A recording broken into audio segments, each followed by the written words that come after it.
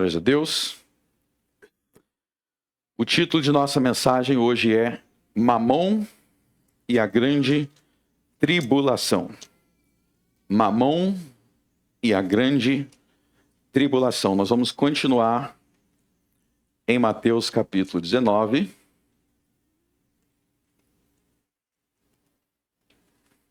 Mateus capítulo 19. Nós vamos ficar muito tempo nesse capítulo, porque tem muitas coisas.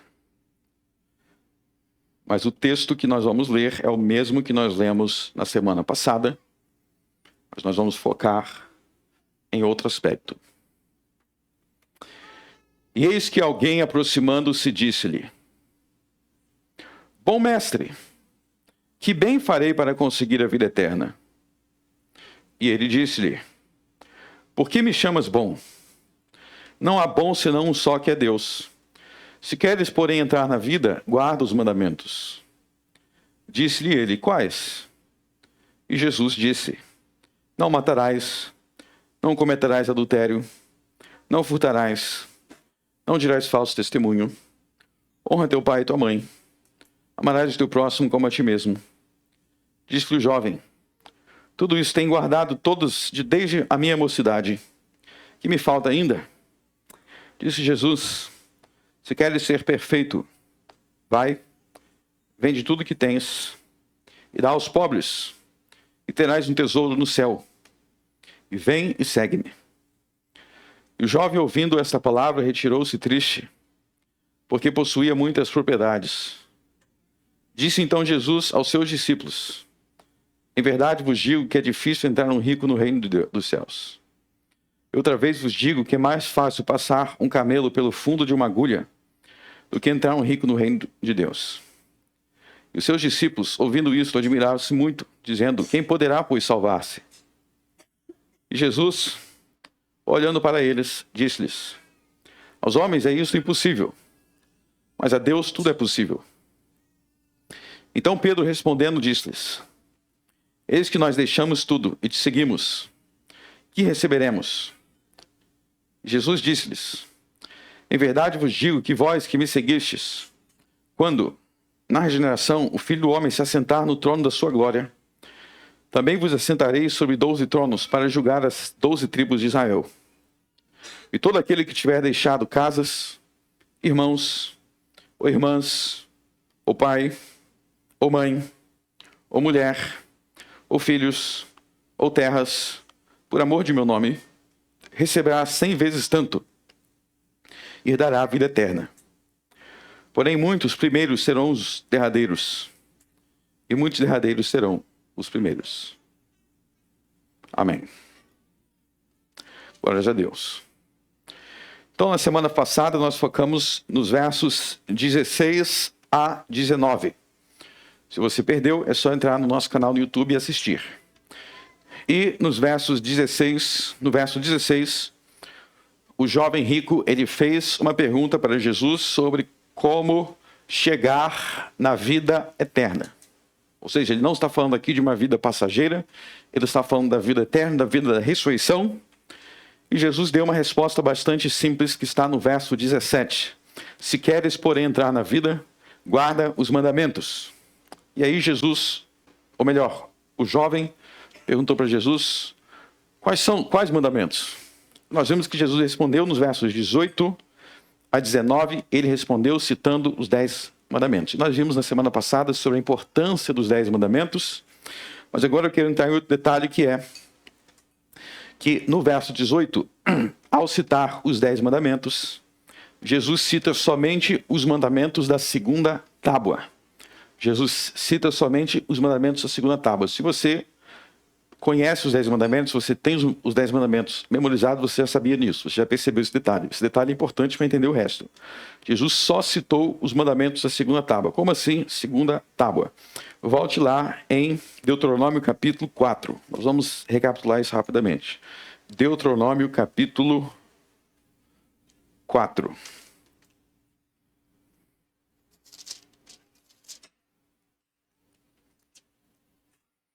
Deuteronômio capítulo 4. Moisés aqui existe um sermão de Moisés, e Moisés vai recapitular quando o Senhor deu os 10 mandamentos. Vamos ler essa recapitulação dos versos 11 em diante. E vós vos chegaste e vos pusestes ao pé do monte, e o monte ardia em fogo até o meio dos céus, e havia trevas e nuvens e escuridão. Então o Senhor vos falou do meio do fogo, a voz das palavras ouvistes, porém além da voz não vistes figura alguma. Então ele está recontando o momento que Deus deu os 10 mandamentos. Se vocês lerem Êxodo 19 e 20, ele está contando aquela história. E Moisés subiu no monte e Deus falou com o povo diretamente lá das alturas. O povo ouviu Deus falar os 10 mandamentos, audivelmente, com seus próprios ouvidos, e tudo se tremia e o monte estava pegando fogo. Foi um grande milagre quando Deus revelou os 10 mandamentos. Por isso que ele diz, ó, a voz das palavras ouvistes, ou seja, eles ouviram Deus falar. Vocês leem sobre isso em Êxodo 19 e 20. Verso 13, então vos anunciou ele a sua aliança e vos ordenou a cumprir os 10 mandamentos. E os escreveu em 2 tábuas de pedra. Então vocês viram aí que os 10 mandamentos foram escritos em 2 tábuas de pedra. Por que 2 tábuas de pedra? Vocês lembram que, se vocês observarem, os primeiros 4 mandamentos, eles têm a ver com o nosso relacionamento com Deus.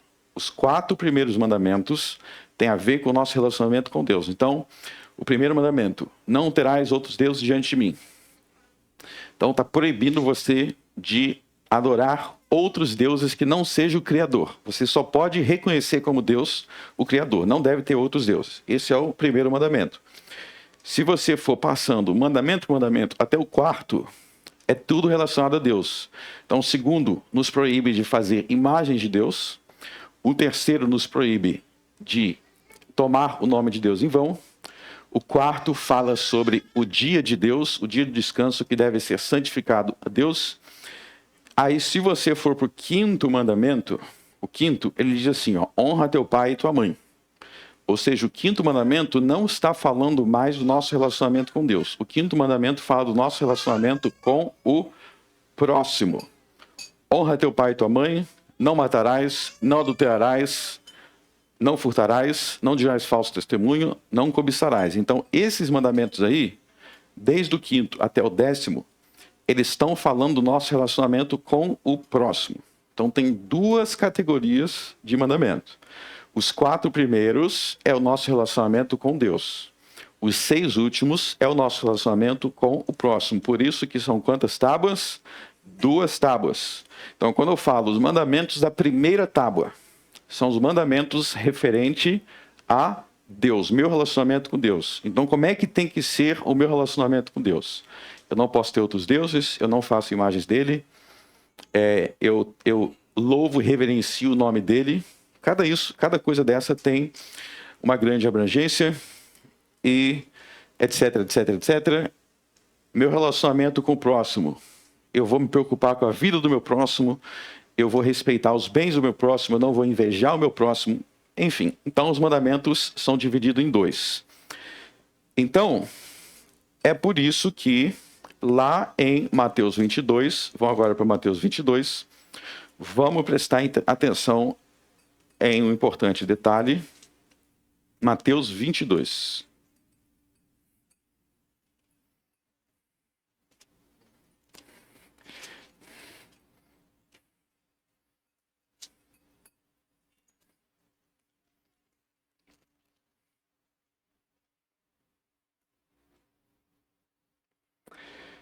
Mateus 22, verso 35. E um deles, doutor da lei, interrogou-o para o experimentar, dizendo: Mestre, qual é o grande mandamento na lei? Qual é o grande mandamento na lei? Preste atenção na resposta de Jesus. E Jesus disse-lhe, vamos ler todo mundo junto? Amarás o Senhor teu Deus de todo o teu coração, de toda a tua alma e de todo o teu pensamento. Este é o primeiro e grande mandamento. Verso 39. E o segundo, semelhante a este, é, todo mundo, amarás o teu próximo como a ti mesmo. Verso 40, destes 2 mandamentos dependem toda a lei dos profetas. Então veja que Jesus está dizendo que toda a lei dos profetas se resume em 2 coisas. 2 coisas. Que é amar a Deus, verso 37, e amar ao próximo. Então, se você prestar atenção, Jesus está dizendo que a lei, os mandamentos, se resume nessas 2 coisas. E essa é a divisão das tábuas que Moisés deu. Primeira tábua, amar a. Segunda tábua, amar ao próximo. Se vocês forem em Romanos capítulo 13, exatamente isso que o apóstolo Paulo ensina. Romanos 13.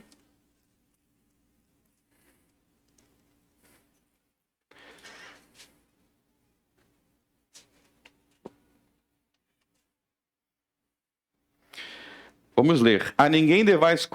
Romanos 13, verso 8. A ninguém devais coisa alguma, a não ser o amor com que vos ameis uns aos outros, porque quem ama aos outros cumpriu a lei.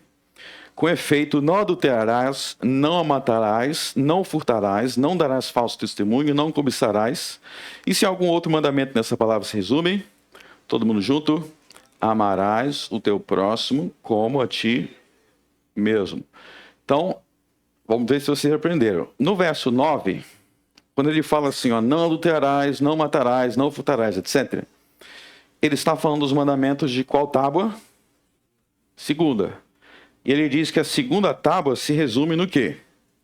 Amarás ao teu próximo como a ti mesmo. Então tá vendo que ele está dizendo que amarás ao teu próximo é um resumo da segunda tábua. E se ele quisesse citar os mandamentos da primeira tábua? Não terás outros deuses, etc, etc. Qual seria o resumo? Amarás o Senhor teu Deus. Então, esta é a lei e os profetas. Infelizmente, existem alguns cristãos, falta de leitura bíblica, falta de atenção, eles pensam que esse mandamento, amarás o teu próximo como a ti mesmo, eles acham que Jesus inventou isso. Esse é um novo mandamento de Jesus. Mas veja que Jesus não está dando um mandamento diferente. Jesus está repetindo o mandamento que já tinha desde o princípio. Então, quer ver? Abram em Deuteronômio 6. Deuteronômio 6 é o 5º livro da Bíblia.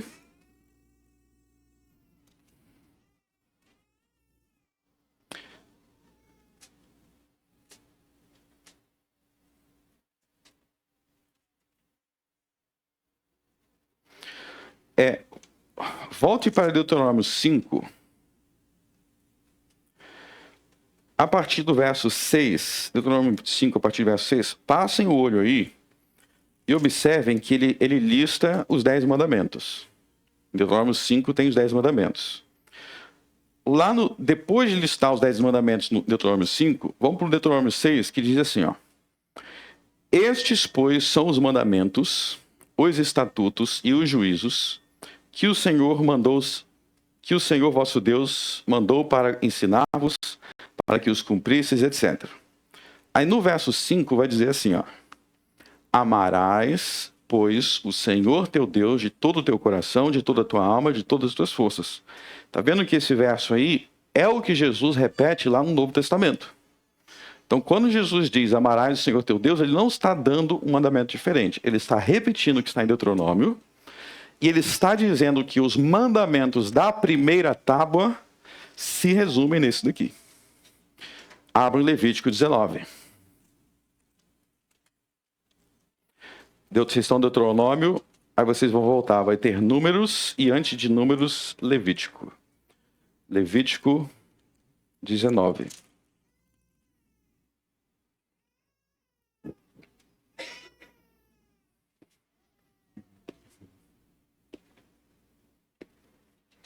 Vamos ler a partir do verso 11.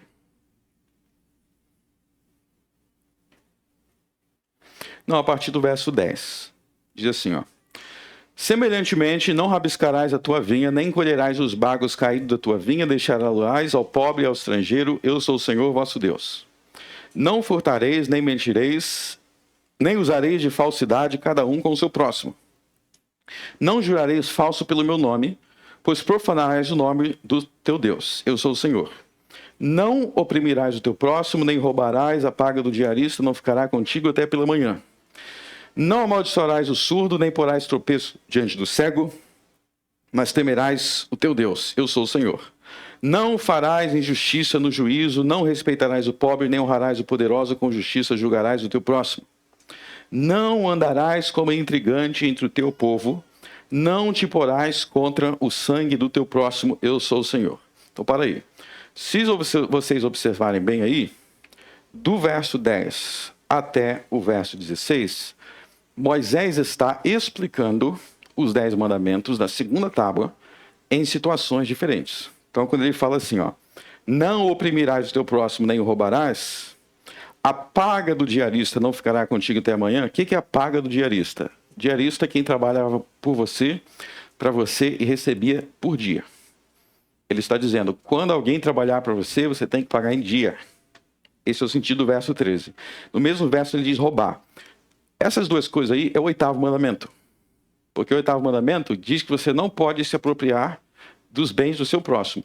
Uma forma de você se apropriar dos bens do seu próximo, de roubar, é não pagar os seus empregados. Tem várias passagens. Então, não roubarás não é só se eu estiver na rua, puxar a arma e pegar o celular de alguém. Não pagar também é a forma de roubo. Então, se vocês observarem, ele está repetindo os mandamentos aí. Por exemplo, não usareis de falsidade, no verso 11. Não usareis de falsidade cada um com seu próximo. Isso é o 9º mandamento. Então, tem vários mandamentos repetidos, e aí no verso 17 ele vai dizer assim, ó. Não odiarás a teu irmão no teu coração. Não deixarás de repreender o teu próximo, por causa dele não sofrerás pecado. Verso 18. Não te vingarás, nem guardarás ira contra os filhos do teu povo, mas, todo mundo junto, amarás o teu próximo como a ti mesmo. Tá vendo? Moisés já ensinava, não é algo que veio só depois, ok? Então vamos recapitular essa parte para ver se vocês aprenderam. Quantos mandamentos existem? 10. Em quantas tábuas? 2. A primeira tábua se resume no quê? No amor a Deus. E a segunda tábua no amor ao...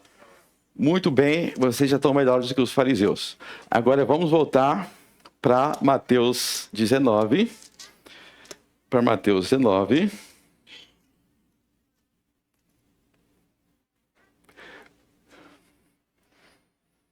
E aí nós vamos analisar o seguinte no verso 20. Disse-lhe o jovem, tudo isso tenho guardado desde a minha mocidade, que me falta ainda? Essa pergunta é muito importante e tem a ver com o que eu acabei de explicar.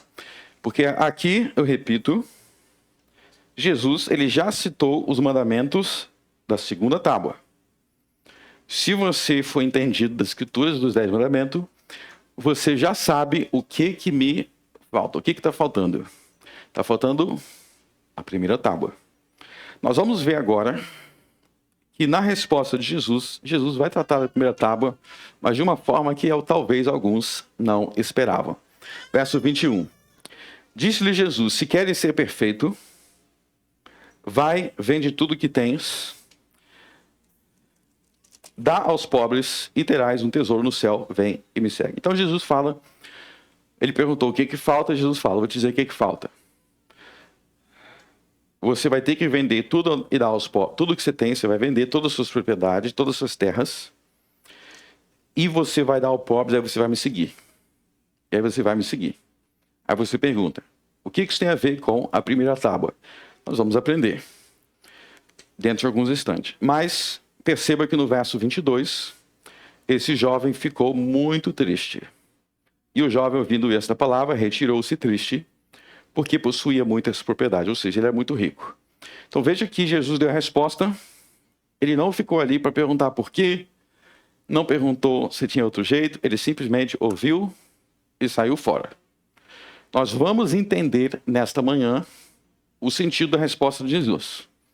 Mas eu quero que vocês observem que este homem, ele ouviu algo que ele não gostou e a reação imediata dele é ir embora. É sair.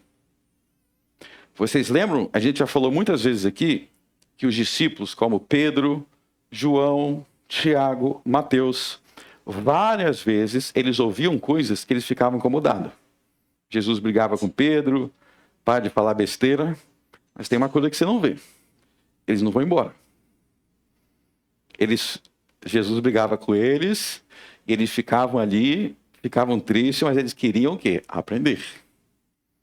A pior coisa que você pode fazer é ouvir uma coisa que eu não gostei, eu não quero mais saber de Jesus. Jesus falou algo aqui que me incomodou. Se for assim, nós vamos nos perder. Se a gente quer um Deus, um Jesus, que ele só fala coisas que nos agradam, então a gente não está servindo a Jesus, a gente está servindo a nós mesmos. Então você vê que ele não gostou, ele foi, se retirou. Ouvi alguma coisa que me incomodou. Incomodou, a gente vai ver algo, a gente vai ver agora. Eu vou mostrar para vocês agora que esse retirar-se foi uma das coisas mais burras que este homem poderia fazer. E eu vou mostrar que foi uma coisa muito burra, porque dentro de pouco tempo, não demoraria muito, ele perderia tudo que ele tinha de outra maneira. Ele, querendo ou não, ele ia perder tudo. E vocês vão descobrir por quê.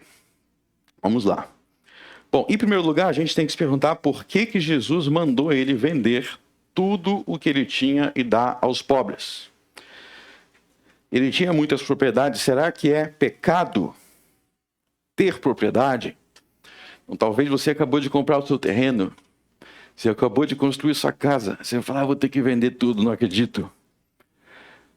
Ou será que Jesus mandou ele vender tudo o que ele tinha porque é pecado ser rico? Será que é pecado ser rico? Então, se você for rico, você vai ser expulso da igreja, a menos que você dê todo o dinheiro que você tem. Então, observe que às vezes a gente insere coisas no texto que não estão lá.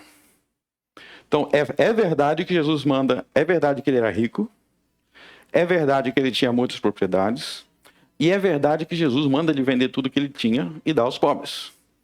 Mas o texto não diz que o motivo de Jesus mandar ele vender tudo que tinha e dar aos pobres, não diz que é porque ser rico é pecado, e não diz que é porque ter bens, ter propriedade é pecado. Não diz isso. Observe que não diz que é por isso. Talvez, aí você vai perguntar, mas qual é o motivo então?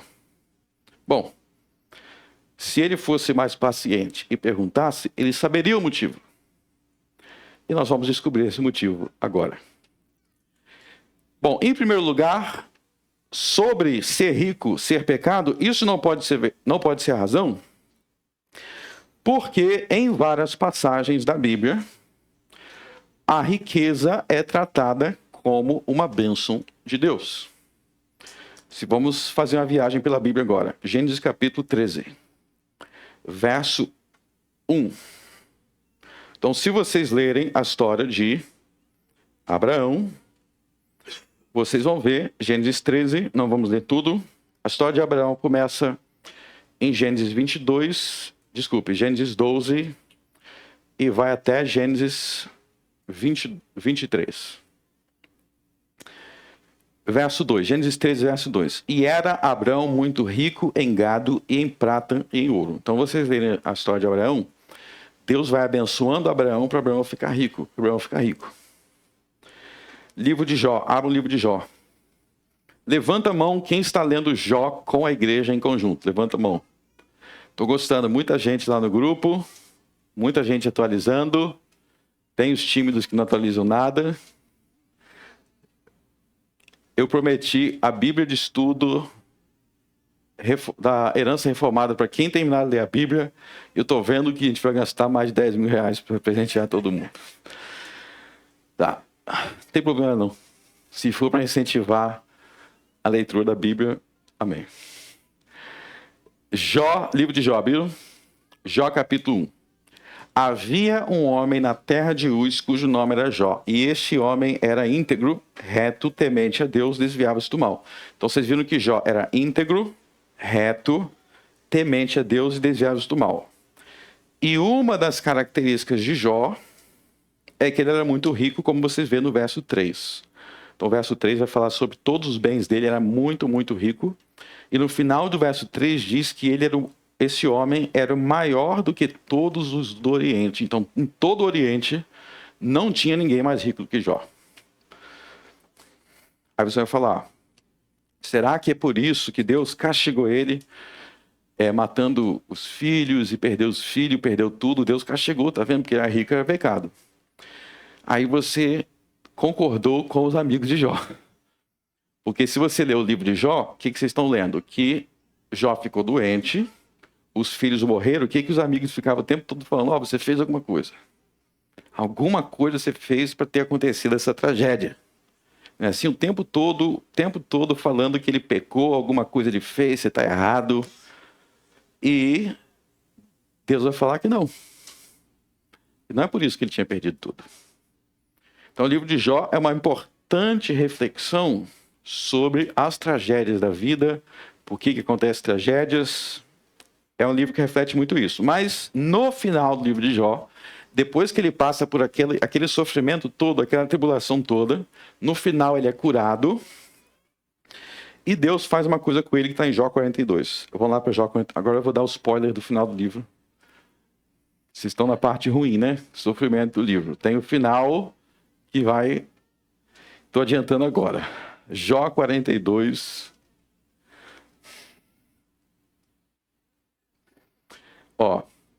Verso 12. E assim abençoou o Senhor o último estado de Jó mais do que o primeiro. Pois teve 14.000 ovelhas, 7.000 camelos, 1.000 juntas de bois, 1.000 jumentas. Ou seja, Deus fez, no final, ele fez que ele fosse mais rico do que antes. Ele duplicou a riqueza de Jó, ficou mais rico do que antes. Então não tem como a gente dizer que ser rico é pecado. E muitas outras passagens, Deuteronômio 8, fala sobre Deus abençoando o povo de Israel com riquezas. Você sabe que o povo que saiu da escravidão do Egito, quando Deus levou eles para a terra prometida, Deus falou, vocês vão ser tudo rico, que eu vou dar uma terra muito rica, vou dar muitos bens para vocês, muitas casas, vai ser tudo maravilhoso.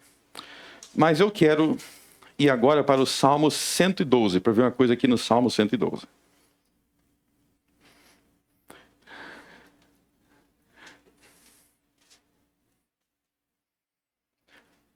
Para vocês que têm filhos pequenos e vocês querem que os seus descendentes sejam abençoados. Verso 1. Louvai ao Senhor, bem-aventurado o homem que teme ao Senhor, que em seus mandamentos tem grande prazer. A sua semente quer dizer os seus descendentes. A sua semente será poderosa na terra, a geração dos retos será abençoado, prosperidade e riquezas haverá na sua casa. A geração dos retos será abençoada. Então, uma das bênçãos de nascer na aliança e os teus pais temerem ao Senhor, guardar os mandamentos, é que os descendentes nascem numa bênção maior, tem bênçãos maiores. Você vê que ele fala de prosperidade e riqueza positivamente. Alguém pode me dizer, bom, talvez isso fosse só para o Velho Testamento, que Deus abençoava dessa forma. Veja que Deus não está dizendo que ele iria abençoar todo mundo dessa forma. Esse é um detalhe importante. Mas é uma das bênçãos. Mas esse Salmo 112, ele é citado por Paulo em 2 Coríntios 9. E em 2 Coríntios 9, Paulo fala do mesmo assunto. Então, o Salmo 112, ele diz que quando a gente abençoa os pobres, quando você abençoa os pobres, Deus te abençoa também.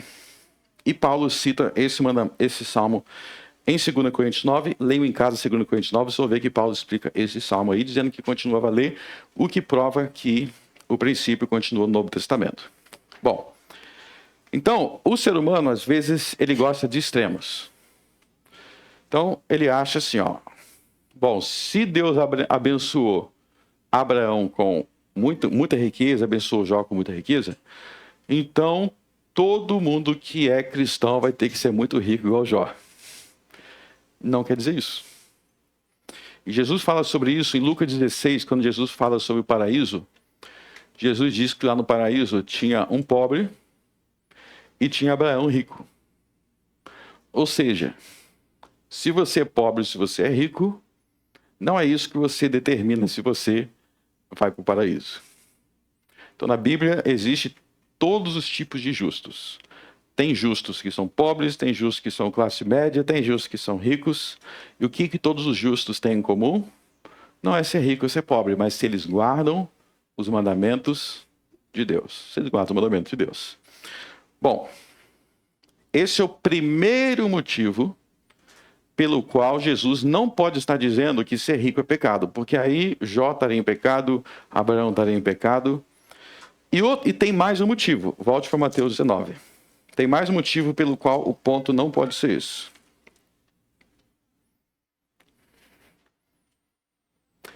Ó, se no verso 21 Jesus estiver dizendo que ser rico é pecado ou que ter um bem é pecado, então no verso 29, Jesus estaria dizendo que ter uma família é pecado. Quer ver? Porque no verso 21, Jesus manda deixar as propriedades. Para esse jovem rico, ele manda deixar as propriedades, certo? Só que no verso 29, Jesus fala de deixar os irmãos, os pais, a mulher e os filhos. Então, no mesmo contexto que Jesus fala de deixar as riquezas, ele fala de deixar a família. Quer ver? Verso 29.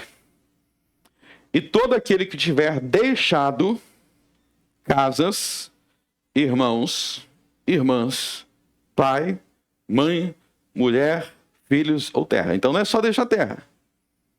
Não é só deixar as casas, é deixar a família. Ah, não. Será que eu vou ter que deixar Bequinho para seguir Jesus? Vocês estão percebendo que tem algo que precisa ser explicado. A gente já vai ver. Esse algo não é que ser rico era pecado. Era o que então? Vamos ver agora. A gente viu o que não é. Vamos ver o que é. Bom, alguns meses atrás nós pregamos em Mateus 10. Volte em Mateus 10.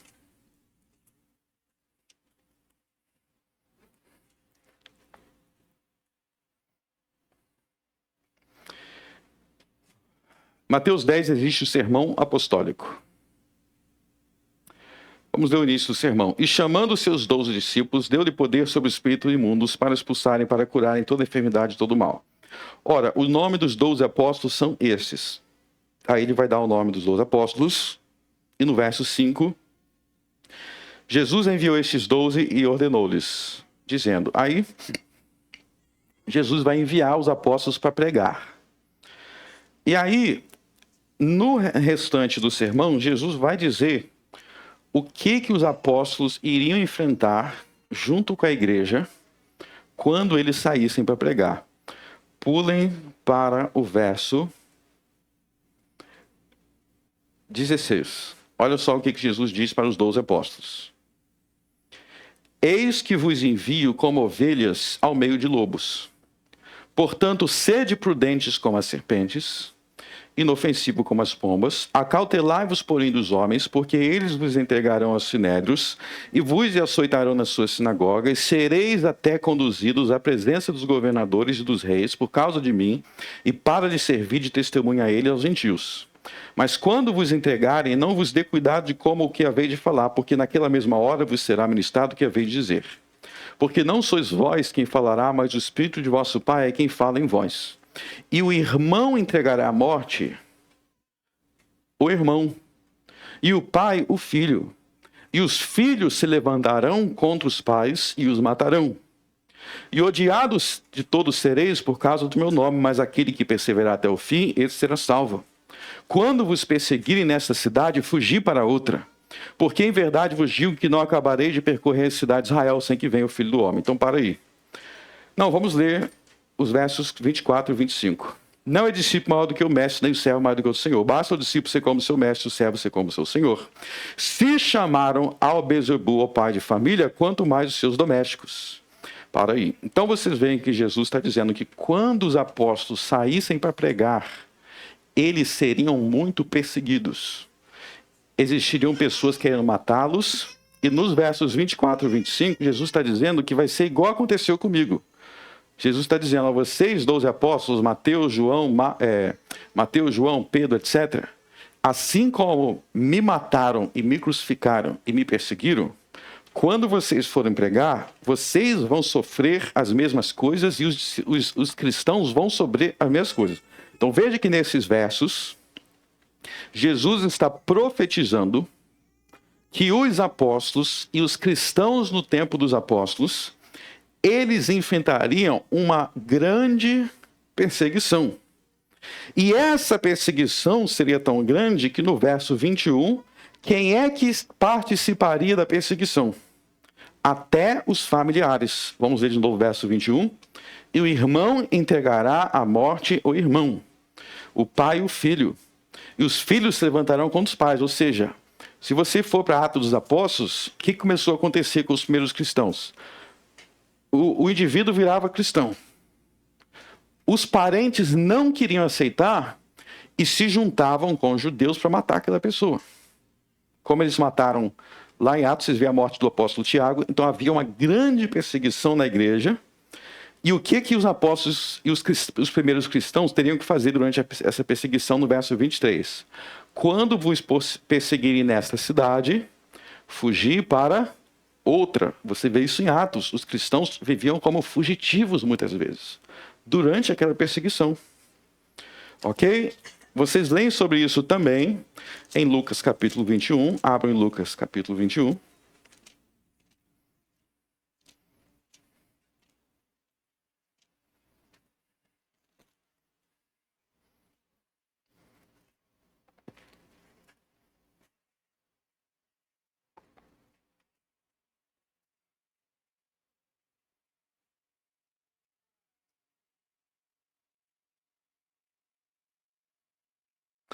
Verso 12, Jesus vai falar o que vai acontecer com a igreja, com os apóstolos, depois que ele deixasse esse mundo. Lucas 21, verso 12. Mas antes de todas essas coisas, lançarão mão de vós e vos perseguirão, e entregando-vos à sinagoga e às prisões, conduzindo-vos à presença de reis e presidentes, por amor do meu nome. Verso 13, e vos acontecerá isto para testemunho. Proponde, pois, em vossos corações não premeditar como haveis de responder. Pule para o verso 16. E até pelos pais, irmãos e parentes e amigos sereis entregues, e matarão algum de vós. E de todos sereis odiados por causa do meu nome. Mas não perecerá um único cabelo da vossa cabeça. Na vossa paciência possui as vossas almas. Então, Jesus novamente, assim como Mateus 10, ele está profetizando uma grande perseguição. E no verso 16 existe uma ênfase de que até os familiares iam querer perseguir e matar. E isso acontece hoje em muitos lugares do mundo. Tem lugares do mundo que eles matam cristãos. Eles matam cristãos. Só que aí, o que acontecer depois? A partir do verso 20. Mas quando vir de Jerusalém cercado de exércitos, sabei então que é chegada a sua desolação. Então os que estiverem na Judéia fujam para os montes. Os que estiverem no meio dela saiam, e os que no campos não entrem nela. Porque dias de vingança são estes, para que se cumpram todas as coisas que estão escritas. Mas ai das grávidas e das que criaram naqueles dias, porque haverá grande aperto do povo e ira sobre este povo. E cairão ao fio da espada, e para todas as nações serão levados cativos. Jerusalém será pisada pelos gentios, até que o tempo dos gentios se complete. Então veja que entre os versos 20 e 24, Jesus está profetizando que Jerusalém seria destruído. A Judéia seria destruído. E no verso 20, ele diz: quando vocês verem Jerusalém cercada por exércitos, saiba que é a sua desolação, a sua destruição. É o que os cristãos iam ter que fazer quando Jerusalém fosse destruído. Ele diz no verso 21, quem estiver na Judéia, fuja. Fuja, porque Jerusalém vai ser destruído. Verso 22, porque são dias de vingança contra aquele povo perverso. Por que ele diz no verso 23, mas ai das grávidas? Já vi gente falando assim, se engravidar não é bom, Porque Jesus disse ai das grávidas. Pelo amor de Deus, preste atenção no contexto. Ai das grávidas aqui por quê? Porque você está lá com o seu barrigão e tem os exércitos cercando a cidade, você tem que fugir. E agora você tem que fugir com o seu barrigão. Ou seja, vai ser muito difícil para as grávidas quando Jerusalém fosse destruído. Quando é que isso aconteceu? Isso aconteceu durante a Guerra Judaico-Romana, nos anos 66 a 73, que foi quando Jerusalém foi completamente destruído e o templo foi destruído. Isso aconteceu há menos de 2.000 anos atrás, 1900 e tantos anos atrás. Isso aqui aconteceu e os cristãos tiveram que fugir. Bom, vamos fazer um teste com você aqui, ó. Se eu falar para você assim, é o seguinte, ó. O Rio Grande do Sul, eu não sou Jesus, eu só dando um exemplo. Eu vou profetizar igual Jesus profetizou no meu exemplo aqui, ó. O Rio Grande do Sul, logo, logo vai ser completamente destruído e não vai ficar pedra sobre pedra. Vai ser completamente destruído e não vai ficar pedra sobre pedra. Tem duas possibilidades. Se eu sou um falso profeta, eu estou falando da ideia na minha cabeça, igual tem muitos por aí, você ri da minha cara e me ignora. Agora, se eu sou Jesus, se é Jesus que está te falando que o Rio Grande do Sul vai ser destruído logo, o que você tem que fazer? Nós acabamos de ler que Jesus profetizou que a terra da Judéia e Jerusalém seria completamente destruído. Tá, Jesus profetizou que vai ser destruído. Imagina que você ouve Jesus profetizar essa destruição, aí você vira e fala assim, ah tá, mas então, eu quero comprar um terreno para construir uma casa bem na frente do templo. Não seria legal comprar um terreno para construir uma casa lá em Jerusalém, naquele lugar bonito? Qual o nome disso? Burrice. Por que você vai construir uma casa na cidade que Jesus acabou de te dizer que vai ser destruído? Bom, se Jesus falasse para você, Campo Bom vai ser destruído em breve, você acha que eu ia ficar com essa igreja aqui? Sabe o que eu ia fazer?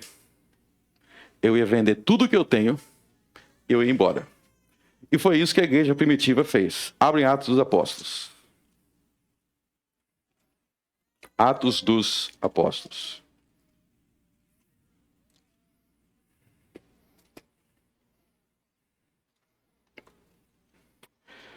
Vamos ler Atos. Eu estou perdido com minhas anotações aqui. Agora me encontrei. Atos capítulo 2. Vamos ver o que os cristãos que moravam em Jerusalém faziam depois de ouvir Jesus profetizar que tudo seria destruído naquele lugar. E que eles vão ter que fugir. Atos capítulo 2, verso 45. E vendiam suas propriedades e bens e repartiam com todos segundo cada um havia de mister. O que os cristãos de Jerusalém começaram a fazer? Começaram a vender todos os seus bens, toda a sua propriedade.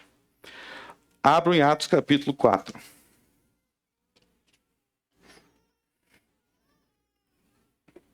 Verso 35. Não, verso 34. Não havia, pois, entre eles necessitado algum, porque todos que possuíam herdades ou casas, vendendo-as. Está vendo que todo mundo em Jerusalém, na Judéia, está vendendo tudo? Estão vendendo tudo. Vocês têm Atos 4, né? Agora pulem para Atos capítulo 8. Olha só o que vai ver em Atos 8.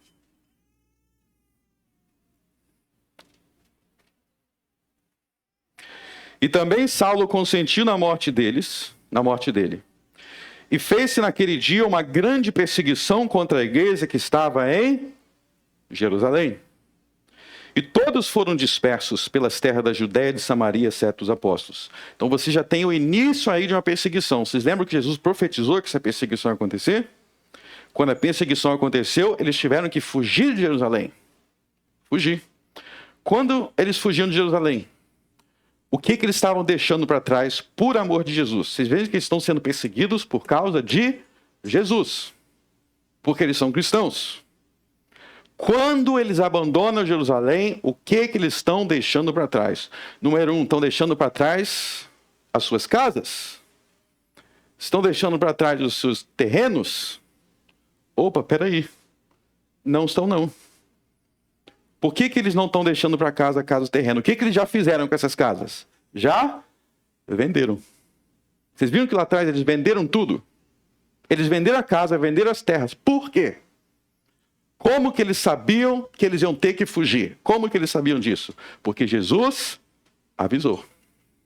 Jesus falou: vocês vão ser perseguidos e vocês vão ter que fugir. Ou seja, eles não venderam suas casas, eles não abandonaram os seus bens, porque era pecado ter esses bens.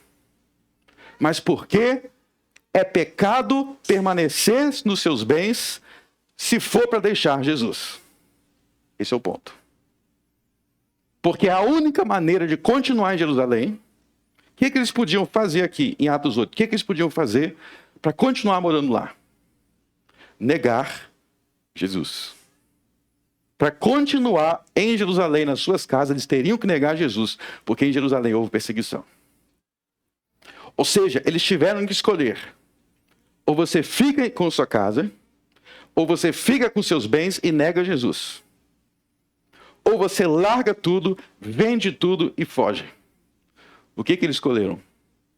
Abandonar tudo para seguir Jesus. Eles abandonaram tudo. Inclusive, muitos abandonaram os seus familiares. Por que muitos abandonaram os seus familiares? O que disse Jesus? Qual era o contexto? Porque aqueles familiares estavam querendo matar. Porque assim como mataram Jesus, assim como tiraram a vida de Jesus, muitos dos seus familiares dizendo: nós vamos matar.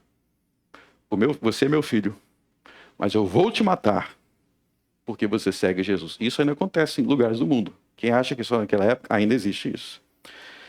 Então, voltando, entendendo esse contexto, volte para Mateus 19.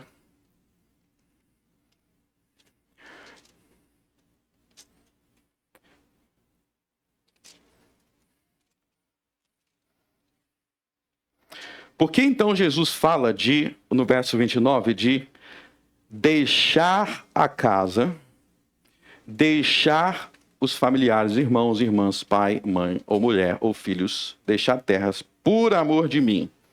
Qual é o contexto? Não é que você vai virar agora e falar assim: ó, minha filha, estou te deixando para seguir Jesus. O contexto aqui, como nós vimos nesses textos, é a perseguição. O seu filho vai falar, Jesus profetizou, em Mateus 10, em Lucas 21. O seu filho vai te falar: eu vou te matar, eu vou te entregar para as autoridades, vou te prender, porque você é cristão. E Jesus vai falar: se tiver que escolher isso, te perseguindo, dizendo que vai te matar, fuge e vai embora. Mas não ceda a eles. Não ceda, nem se for o teu irmão, o teu pai ou a tua mãe. É nesse sentido, é nesse contexto, então, que ele fala sobre deixar casas e deixar. E agora nós vamos pensar aqui na situação do jovem rico. Eu falei que ele era burro, não falei? Bom, agora nós vamos entender por quê. O que Jesus disse que ia acontecer com Jerusalém e com a Judéia? Seria tudo destruído. Então, se ele tivesse casa lá, o que acontecia com a casa dele? Seria destruído. Se ele tivesse lá, naquela época não tinha banco, tá? Então, não tinha o nosso banco de hoje, que você fala assim: ó, eu vou fugir, mas eu estou com meu celular e ainda tenho meu Pix. Ele era muito rico. Em Judéia, em Jerusalém, aonde que ficava o ouro e a prata dele? Ficava lá. Então, se Jesus disse que Jerusalém e a Judéia seria destruído em breve, o que aconteceu com todos os bens deste homem naquela mesma geração? O que aconteceu com as riquezas dele? Ele perdeu tudo. Então ele não quis seguir Jesus para continuar com seus bens. E ele continuou com seus bens? Não, porque foi tudo destruído. Abram mais um texto que fala sobre isso. Eu já li Lucas 21, abram em Lucas 19.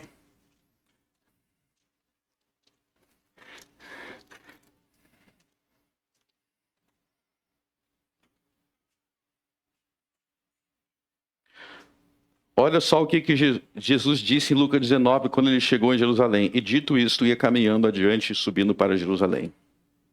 Lucas 19, verso 28.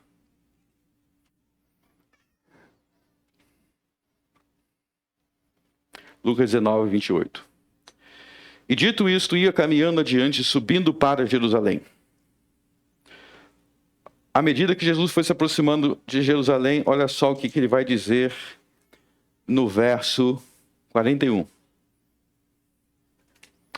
E quando ia chegando, vendo a cidade, chorou sobre ela. Jesus chorou sobre Jerusalém. Agora olha só o que Jesus vai dizer. Dizendo, se tu conhecesses também ao menos nesse dia o que a tua paz pertence. Mas agora isto está encoberto aos teus olhos. Vamos ler todo mundo junto, versos 43 e 44. Porque dias virão sobre ti, em que teus inimigos te cercarão de trincheiras, e te sitiarão, e te estreitarão de todos os lados, e te derrubarão, a ti e teus filhos, que dentro de ti estiverem, e não deixarão sobre ti pedra sobre pedra, pois não conhecestes o tempo da sua visitação. Não deixarão sobre ti pedra sobre pedra. Eu pergunto para vocês, o que esse rico ganhou dizendo para Jesus, eu não vou vender tudo? Na verdade, Jesus estava dando a ele, como Jesus conhecia o futuro, o melhor conselho possível. O melhor conselho possível, porque de uma forma ou outra, ele ia perder tudo. Não, eu quero ficar com o dinheiro. Não, passou alguns anos, perdeu. Então, de uma forma ou outra, ele ia perder. Então, se ele vai perder, vende tudo. Dá aos pobres, que você já está se preparando para o que vai acontecer. Só que aí, pelo menos, você vai ter um tesouro do céu. E ele falou, não. Eu não vou obedecer Jesus, porque eu entendo melhor o que eu faço com o meu dinheiro. Que tolo. Em pouco tempo, ele perdeu tudo. Da pior forma possível. Rejeitando Jesus. Então, o ponto da passagem, vocês veem que não é se ter casa é pecado, se ser rico é pecado. O ponto é o seguinte. No que você vai ficar agarrado para não seguir Jesus? Porque na cabeça dele, ele estava fazendo uma escolha inteligente. Eu sou rico, eu vou continuar rico. E Jesus está dizendo, eu estou avisando, vende tudo que você tem. Eu já disse, essa cidade vai ser destruída. Eu já disse, não vai ficar pedra sobre pedra. Vai ter uma grande perseguição. Mas ele falou, não, vai ficar tudo bem comigo. Eu vou me agarrar ao meu dinheiro. Pobre alma tola. Em pouco tempo, todo o ouro dele foi carregado pelos romanos. Imagina no dia que os romanos chegaram para destruir Jerusalém. Vocês acham que eles falaram, aos ricos, fica aí com o seu dinheiro. Não ficou pedra sobre pedra. E os romanos saquearam tudo, igual Jesus disse em Lucas 19. O que esse homem ganhou? O que ele ganhou? Então você vê que esse homem, ele não é um rico igual Jó. Ele não é um rico igual Abraão. Porque quando Deus falou para Abraão, sai da tua terra, da tua parentela para a terra que eu te mostrar, Abraão não ficou discutindo, contestando. Ele saiu e foi. Assim como os apóstolos. Jesus disse para os apóstolos, para Pedro, João, Mateus, Tomé, vocês vão ser perseguidos, essa cidade vai ser destruída, então se preparem para fugir. E eles se prepararam, vendendo as suas casas. Nenhum dos apóstolos permaneceu com a sua casa lá. Pedro não ficou com o seu negócio de pesca lá. Aliás, se vocês lerem os relatos históricos sobre essa guerra, o mar da Galileia virou um mar de sangue. De tanto cadáver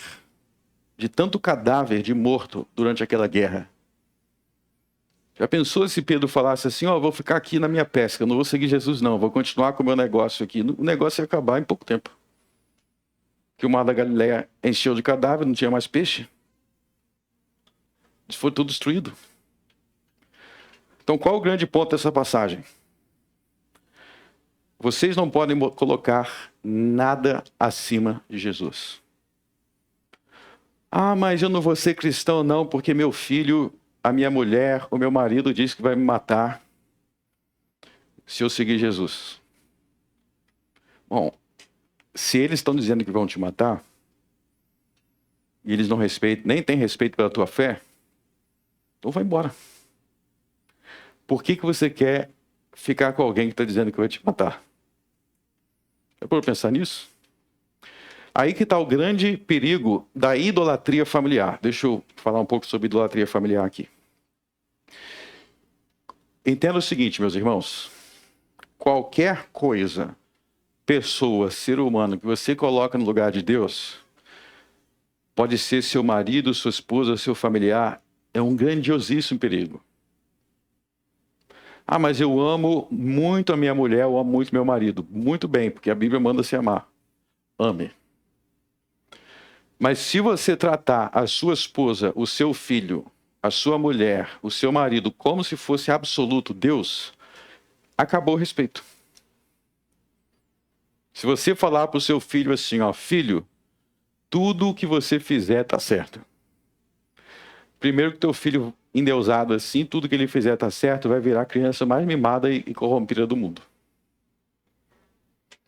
Se o marido puder fazer tudo com a mulher, ela tem que aceitar tudo. O marido pode fazer tudo e ela tem que só baixar a cabeça. Está endeusando o marido, isso é a destruição da família. O único que a gente pode falar assim, tu podes fazer tudo, é Deus. Porque Deus é o único perfeitamente santo. O único que a gente pode fazer, você é livre para tudo, é Deus, porque Deus é o único, como diz aqui, o único bom.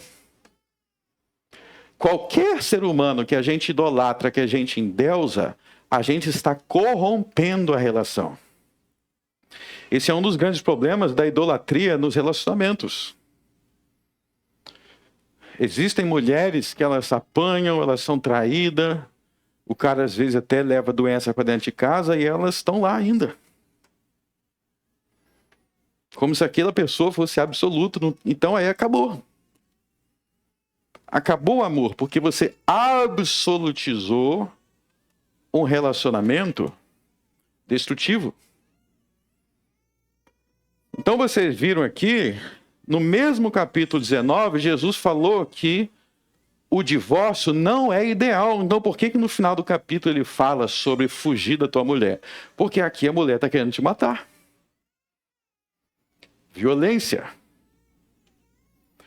Ou seja, nenhuma casa, nenhuma terra, nenhum irmão, nenhum pai, nenhum filho, nem mulher é absoluto. Porque absoluto é só Deus. Mas eu amo muito o meu marido. Ame o seu marido muito. Mas seu marido não é Deus. Porque no dia que você colocar ele como Deus, acabou a sua família. Não existe mais respeito, não existe mais lei. Não existe mais regra. Então Jesus está dizendo, se os seus parentes, até os parentes que você ama, quando eles te perseguirem, você não vai ceder. Você vai falar, eu te amo muito, meu filho, mas se eu tiver que escolher entre você e Deus, eu vou escolher Deus. Tem pessoas que não fazem isso, não. Tem pessoas que preferem, pode fazer o que quer, que não tem critério. Então só tem um absoluto, que é Deus. todos os restos, nós temos regras de convivência. Eu vou te matar. Eu conheço pessoas que são ameaçadas de morte dentro de casa. Só que a idolatria é tão grande que ainda defende aquela pessoa. Tem pessoa que defende. E tá rolando até alguém morrer, aí não tem mais volta. Então, infelizmente, os nossos primeiros irmãos, eles foram muito perseguidos. Eles tinham que estar dispostos a deixar tudo para seguir Jesus. Provavelmente você não vai sofrer uma perseguição nessa intensidade aqui. Tomara que você nunca tenha que deixar a sua casinha porque tem alguém querendo te matar. Tomara que você nunca tenha que deixar nenhum de seus bens porque tem alguma coisa desse tipo. Mas os nossos primeiros irmãos passaram por isso. Mas, em menor escala e intensidade, nós temos que ter esse mesmo princípio. Que se tem alguma coisa me separando de Deus, eu não quero. Nem se for minhas riquezas. Então, se as tuas riquezas, os teus bens, os teus propriedades, por te separar de Deus, vende tudo e dá para os pobres. Vende tudo e dá para os pobres. Porque nada pode separar de Deus. Mas naquele contexto, meus irmãos, a igreja da Judéia foi perseguida. Depois, a Judéia foi completamente destruída. Então, se você fosse um pregador e trouxesse essa mensagem para os primeiros cristãos, a maioria dos ricos não ia aceitar. Porque eles iam ter que largar tudo para seguir Jesus, literalmente. Tem gente que fala assim, não, só Jesus mandou só esse jovem rico vender tudo. Não, porque lá em Atos, toda a igreja de Jerusalém faz isso. Porque essa era a única maneira de permanecer cristão. Porque a cidade seria destruída e eles seriam perseguidos. Inclusive, é isso que o Novo Testamento chama de grande tribulação. Então, existem profecias no Novo Testamento sobre a grande tribulação. E o Novo Testamento diz que elas se cumpririam no tempo dos apóstolos. Graças a Deus não haverá nenhuma grande tribulação no futuro, porque ela aconteceu no tempo dos apóstolos.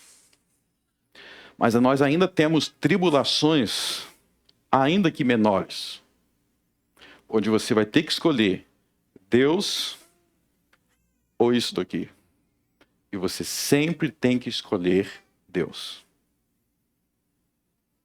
Eu tenho a minha casa. Que bom que você tem a sua casa, que bênção de Deus. Mas se você tiver que escolher entre a sua casa e Deus, escolha Deus. Qualquer coisa, sempre escolha Deus. Porque senão você vai ser burro, igual esse jovem rico. Você vai escolher outra coisa e você vai se dar mal depois. Jesus falou para ele, vende. Eu não vou. Perdeu do mesmo jeito. Como que ele ganharia mais? Como que ele ganharia mais? Se ele tivesse vendido. Por que ele não entendeu isso? Cabeça fechada. Pessoa de cabeça fechada, ela só olha aqui. Se ele tivesse aberto a cabeça, prestado atenção no ensino de Jesus, ele ia pensar assim, Jerusalém vai ser destruído, não vai ficar pedra sobre pedra, os romanos vão vir saquear todo o ouro, toda a prata. Para que eu quero isso daqui? Eu vou seguir Jesus. E com isso eu finalizo dizendo, assim Jesus ensinou para ele sobre a primeira tábua. Eu não disse que estava faltando a primeira tábua, ele falou só da segunda, estava faltando a primeira. De que forma Jesus ensinou para ele sobre a primeira tábua? Quando Jesus diz... eu estou em Lucas, desculpe. Mateus 19. Quando Jesus diz, no final do verso 21, vem e segue-me. Porque Jesus é Deus. E a sua palavra é absoluta. Vem e segue-me. O que esse homem precisava fazer para seguir Jesus? Ele tinha que confiar que Jesus é o Senhor. Eu termino esse sermão te perguntando: o que te impede de seguir Jesus? O que você precisa largar para seguir Jesus? O que está te impedindo? O que te impede de vir e seguir Jesus? Será que é porque você tem muitos bens na Judéia? Muitas riquezas em Jerusalém? Ele tinha, mas foi destruído em uma geração. Foi saqueado pelos romanos, foi levado para Roma, para o palácio de César. Mas talvez você tenha outra coisa. E você está falando: eu não posso largar isso para seguir Jesus. Esse aqui é meus bens, esse aqui eu não posso largar, esse aqui é o meu mamão. E eu estou te dizendo, se você não largar, você vai perder de outro jeito. Ou você larga para seguir Jesus e fica sem e fica com Jesus, ou você perde de outro jeito, porque não tem nada que a gente se agarra sem Deus que a gente não acaba perdendo. Eu não vou seguir Jesus por isso. Vai perder em breve. Vai perder em breve. Porque sem Cristo nada vale de nada. Não vou seguir Jesus por causa da minha família. Mas se foi Deus que te deu a família, por que você está colocando a família acima de Deus se foi Deus que te deu? Qualquer coisa que te impede de seguir Jesus, jogue fora. Se for riqueza, dá para os pobres. Jogue fora. É algum vício? É algum prazer? Jogue fora hoje. Porque amanhã pode ser muito tarde. Esse jovem aqui, chegou um momento que foi muito tarde. É provável que ele tenha morrido na guerra.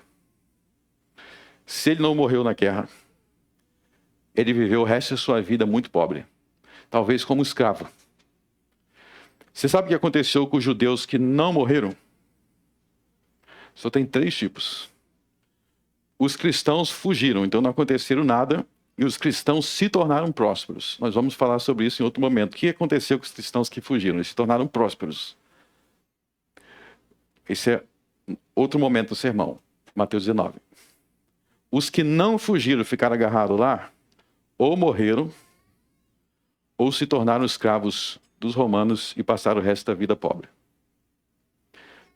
Ao que você vai se agarrar para não seguir Jesus? Vai, vende tudo que tem, dá aos pobres, vem e segue-me. Vamos orar. Senhor nosso Deus, nós não queremos que nada nos impeça de te seguir. Porque não há nada que pode substituí-lo. Não há tesouro, não há riqueza, não há casa, não há terra, não há nem mesmo os nossos filhos, ou os nossos pais, os nossos irmãos, os nossos cônjuges podem ser maior do que Deus.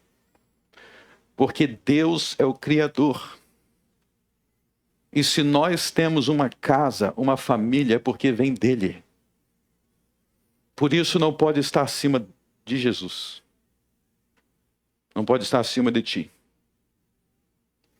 Senhor, nós recebemos todas as coisas da tua mão com um coração grato.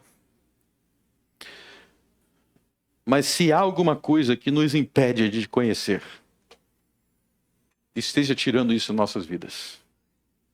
Nós queremos abrir mão de tudo pela justiça e pela verdade de Deus. No nome de Cristo eu oro. Amém.